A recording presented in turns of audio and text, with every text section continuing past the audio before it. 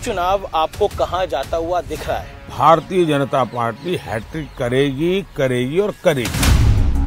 विपक्ष कह रहा है कि 400 पार की पहले मोदी जी बात कर रहे थे, अब नहीं कर रहे हैं। मैं देख रहा हूं कि ये आंधी है, आंधी। वो नेता नहीं तय कर पा रहे हैं, वो एजेंडा तय नहीं कर पा रहे हैं। एक आपका बयान था कि कांग्रेस अगर आई सत्ता के अंदर तो ये राम मंदिर का फैसला पलट देगी। ये क्या आप... ये मेरा बयान नहीं है, ये बयान है कांग्रेस के विश्वस्त सलाहकार का, और उन्होंने निर्णय करके लिया है कि हम रामलला को फिर से एक बार टेंट में बेच के ही रहेंगे। लालू जी ने मुस्लिम आरक्षण की बात कही है, उन्होंने बोला कि मुस्लिम का आरक्षण होना चाहिए। उन्होंने आरक्षण होना चाहिए इतना ही कहा नहीं, उन्होंने ये कहा है पूरा का पूरा। इस चुनाव में लगातार आपको अपशब्द कहे जा रहे हैं। औरंगजेब कहा गया महाराष्ट्र के एक नेता ने। आपको बुरा लगता है? आपको गुस्सा आता है? कि जितनी गंद उछालेंगे, जितना कीचड़ उछालेंगे जी, कमल उतना ही ज्यादा खिलेगा। आज हमारे साथ एक बेहद खास मेहमान मौजूद हैं, और ये खास मेहमान भारतीय इलेक्शन, यानी जो इस समय इलेक्शन सीजन है, उस पे सबसे बड़ा एजेंडा है। इस मेगा एक्सक्लूसिव इंटरेक्शन में मेरे साथ मौजूद हैं देश के प्रधानमंत्री नरेंद्र मोदी।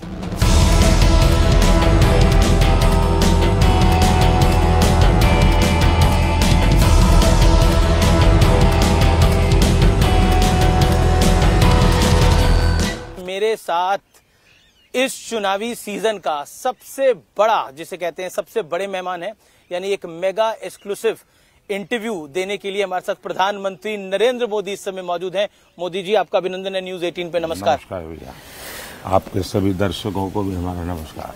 3 चरण संपूर्ण हो चुके हैं। ये चुनाव आपको कहां जाता हुआ दिख रहा है? खासतौर पर तेलुगु स्टेट्स में भी वोटिंग है।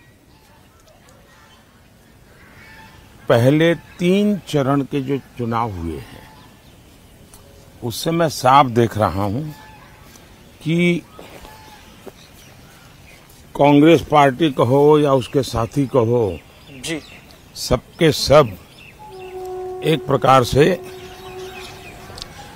दिशाहीन नजर आते हैं।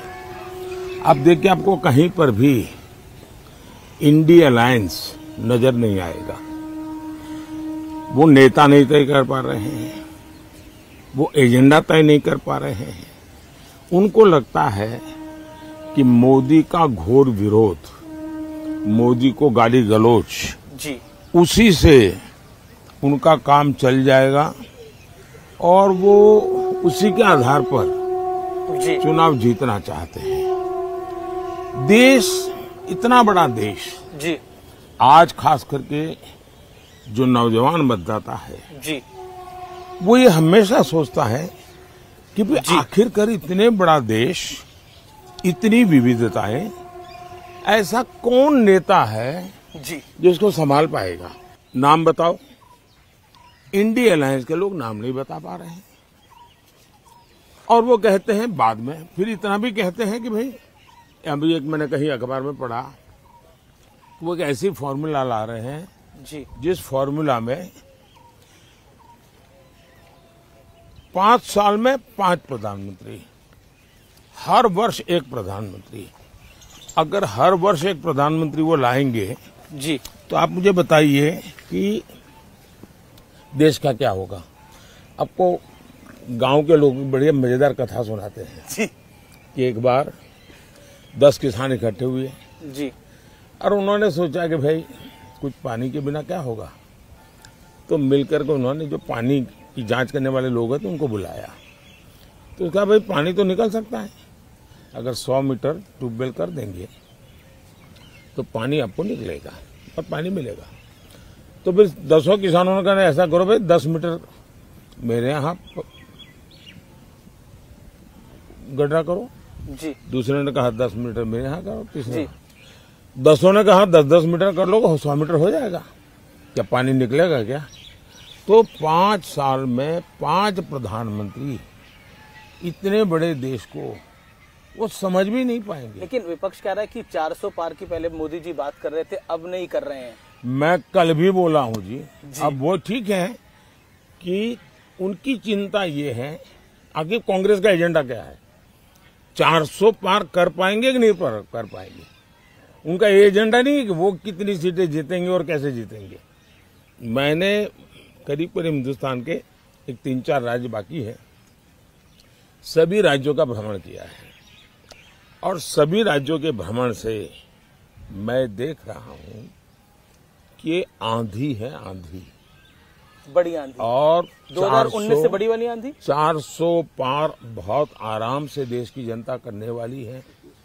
विपक्ष 19 से 24 में विपक्ष के नाते भी विफल गया है। जो लोग विपक्ष के नाते भी विफल गए हो जी, उनको इतना बड़े देश का कारोबार कौन देगा। लेकिन एक सवाल मन में आता है कि बीजेपी ने 2019 के अंदर 303 सीटें अपने दम पर पाई। हिंदी भाषी राज्यों में एक तरह से बहुत बड़ी सीटें भारतीय जनता पार्टी को मिली, लेकिन इस बार क्या वो रिपीट हो पाएगा? और आप देखिए जी, भारतीय जनता पार्टी, जो आप इतनी पुरानी सोच के साथ बैठे हुए हो, गोवा जी, ये क्या हिंदी भाषी है क्या? गुजरात हिंदी भाषी है क्या? महाराष्ट्र हिंदी भाषी है क्या? असम हिंदी भाषी है क्या? बंगाल हिंदी भाषी है क्या? कर्नाटक हिंदी भाषी है क्या? आज भारतीय जनता पार्टी पूरे देश में है और पूरे देश में मैं कह रहा हूं भारतीय जनता पार्टी हैट्रिक करेगी, करेगी और करेगी। और ये मोदी कहता है इसलिए करेगी ऐसा नहीं, देश के 140 करोड़ देशवासियों ने तय कर लिया है, इसलिए 400 पार होना है। और भारतीय जनता पार्टी भी अपने सारे रिकॉर्ड तोड़ेगी और एनडीए भी अपने सारे रिकॉर्ड तोड़ेगी। तेलुगु स्टेट्स में आपको क्या लगता है? आंध्रा में, तेलंगाना, आंध्र एंड तेलंगाना जी, इस चुनाव में साउथ सबसे बड़ा सरप्राइज देगा। केरल, तमिलनाडु, पुडुचेरी, कर्नाटका, आंध्र, तेलंगाना, विपक्ष को भी सभी में साउथ से उम्मीद है बहुत ज्यादा। सभी में ऐतिहासिक परिवर्तन आपको नजर आएगा और बहुत बड़ी सिद्धि जी भारतीय जनता पार्टी और एनडीए के पक्ष में रहेगी जी। ये बिल्कुल साफ नजर आता है। और मैं मानता हूं जी कि तेलंगाना क्लीन स्वीप करेगा। जिन राज्यों में राज्यों के चुनाव है वहां भी जहां भारतीय जनता पार्टी है वो रिपीट करेगी, जहां एनडीए है वो नई सरकार बनेगी। और इसलिए इन सभी राज्यों में जी सरकार बनना तय है। आंध्र तेलंगाना में भी क्लीन स्वीप होने वाला है। एक मैं पूरे देश घूम रहा हूं चुनाव के लिए। एक चीज मैंने देखी, इस चुनाव में नैरेटिव बार बार बदले। पहले नैरेटिव आया रिजर्वेशन का, फिर आया नैरेटिव की बीजेपी के लीडर्स के फेक वीडियो चलाए गए। नैरेटिव बार बार बदल रहे हैं, कैसे देखते हैं आप इसको? इसको आप नैरेटिव नहीं कह सकते हैं। चुनाव का नैरेटिव एक ही है और वो है फिर से एक बार मोदी सरकार।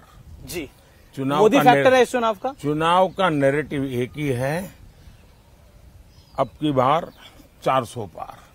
नैरेटिव वही है, लेकिन एक नैरेटिव जो लोग हताश हैं, निराश हैं, जो मुद्दों की तलाश में हैं, जी, उनके लिए बार बार वो खोज रहे हैं कैसे टिके, कैसे लोगों के बीच में रहे, इसलिए उनको ये खेल करना पड़ रहा है।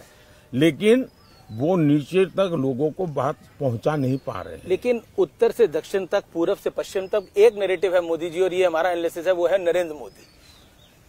मोदी एक नैरेटिव है। इस पर आप क्या कहना चाहते हैं? आप पर बहुत बड़ा एक प्रेशर है कि आप अपनी तीसरी टर्म में वापस आए। मेरे पर कोई प्रेशर नहीं है जी, देश की जनता का प्यार, यही मेरी बहुत बड़ी शक्ति है जी। देश की जनता के आशीर्वाद यही बहुत बड़ी पूंजी है। और इसलिए प्रेशर मैं देख रहा हूं कि इंडिया अलायंस में है, क्योंकि उनके इंडिया अलायंस बन ही नहीं पा रहा है। अब बनते ही बनते देखिए केरल में जाके लेफ्ट उनका सबसे बड़ा साथी, जी जी, केरल में जाकर के ही उन्होंने उन पर छुरा भोंक दिया, खुद चुनाव लड़ गए। और मैंने पूरे चुनाव में सबसे तीखी आलोचना, सबसे तीखी भाषा जी, अगर मैंने कहीं सुनी है तो वो मैंने वायनाड की सीट पे सुनी है, वायनाड में सुनी है, केरल में सुनी है, जहां कांग्रेस की इतनी भद्दी तरीके से आलोचना हुई और कांग्रेस ने अपने इंडिया अलायंस के साथी के खिलाफ इतनी भद्दी भाषा में बोला। एक आपका बयान था कि कांग्रेस अगर आई सत्ता के अंदर तो ये राम मंदिर का फैसला पलट देगी, ये क्या ये मेरा बयान नहीं है। आपने बोला इस पे? ये मेरा बयान नहीं, मेहरबानी करके मेरे मुंह में बयान मत डालिए। ये बयान है कांग्रेस के विश्वस्त सलाहकार का, जो कांग्रेस के 30 साल तक और टॉप परिवार के सलाहकार रहे हैं। उन्होंने कहा है कि ये तय है और उन्होंने निर्णय करके लिया है कि हम रामलला को फिर से एक बार टेंट में बेच के ही रहेंगे। सुपर कमीशन बनाने की बात हाँ, रामलला को फिर से टेंट में बेच करके ही रहेंगे, ये उनके सलाहकार ने कहा है। ये कांग्रेस वालों ने निर्णय किया है और देश को पूरा भरोसा है कि किस प्रकार की करने की इनकी आदतें हैं। वोट बैंक की राजनीति के लिए जी कुछ भी करना इनकी आदत है।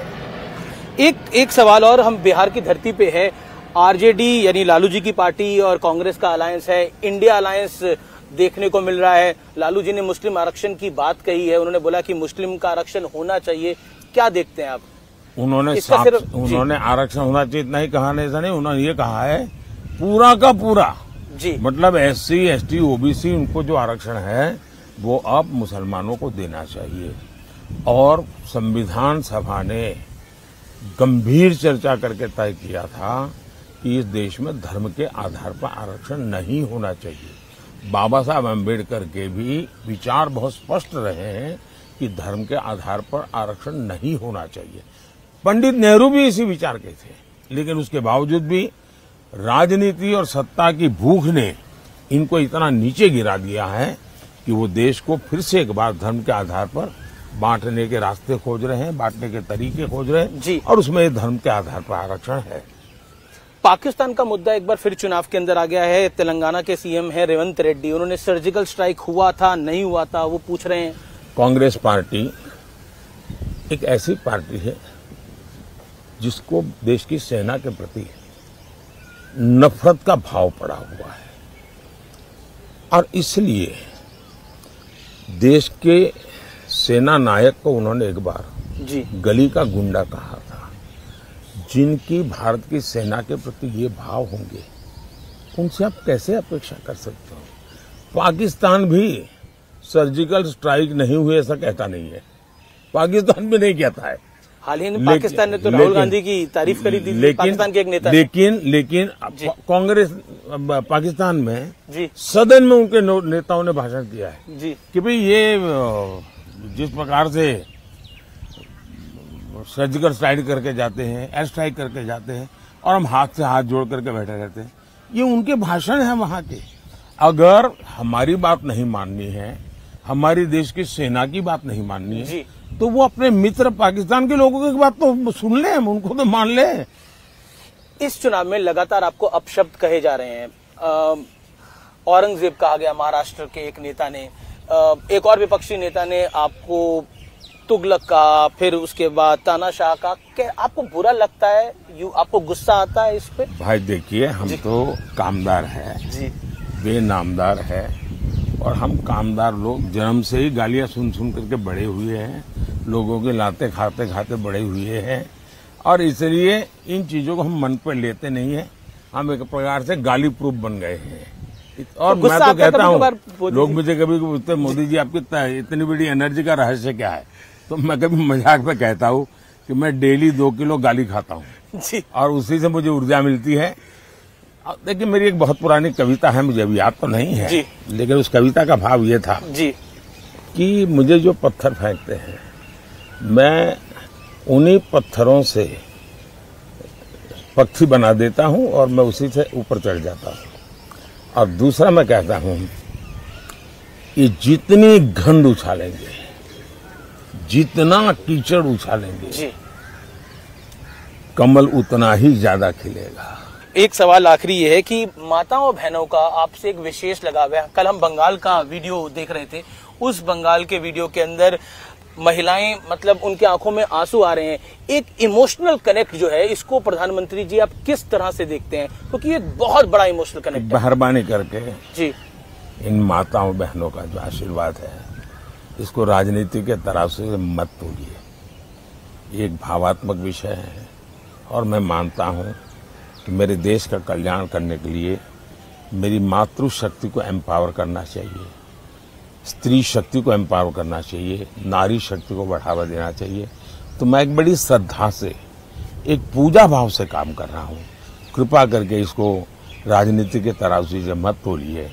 और मैं चाहता हूं मैं वैसा ही पूरे भक्ति भाव से इस देश की माताओं की सेवा करूं, इस बहनों की सेवा करूं, इस देश की बेटियों की सेवा करूं। यूथ वोटर को, जो फर्स्ट टाइम वोटर है, उसको आपका मैसेज क्या होगा प्रधानमंत्री मोदी? मेरा उनके लिए कोई मैसेज नहीं है। मुझे तो देश के युवा का मैसेज चाहिए। मैं देश के युवाओं की इच्छा आकांक्षा के अनुसार चलना चाहता हूं। फर्स्ट टाइम वोटर क्यों वोट करे नरेंद्र मोदी को, फर्स्ट बीजेपी टाइम को? वोटर की इच्छा अनुसार देश बनाना चाहता हूं। हमने अभी जो 2047 का विजन बनाया, करीब 35 लाख नौजवानों से मैंने फीडबैक लिया है और मैं अभी 100 दिन का कार्यक्रम बनाया है जी।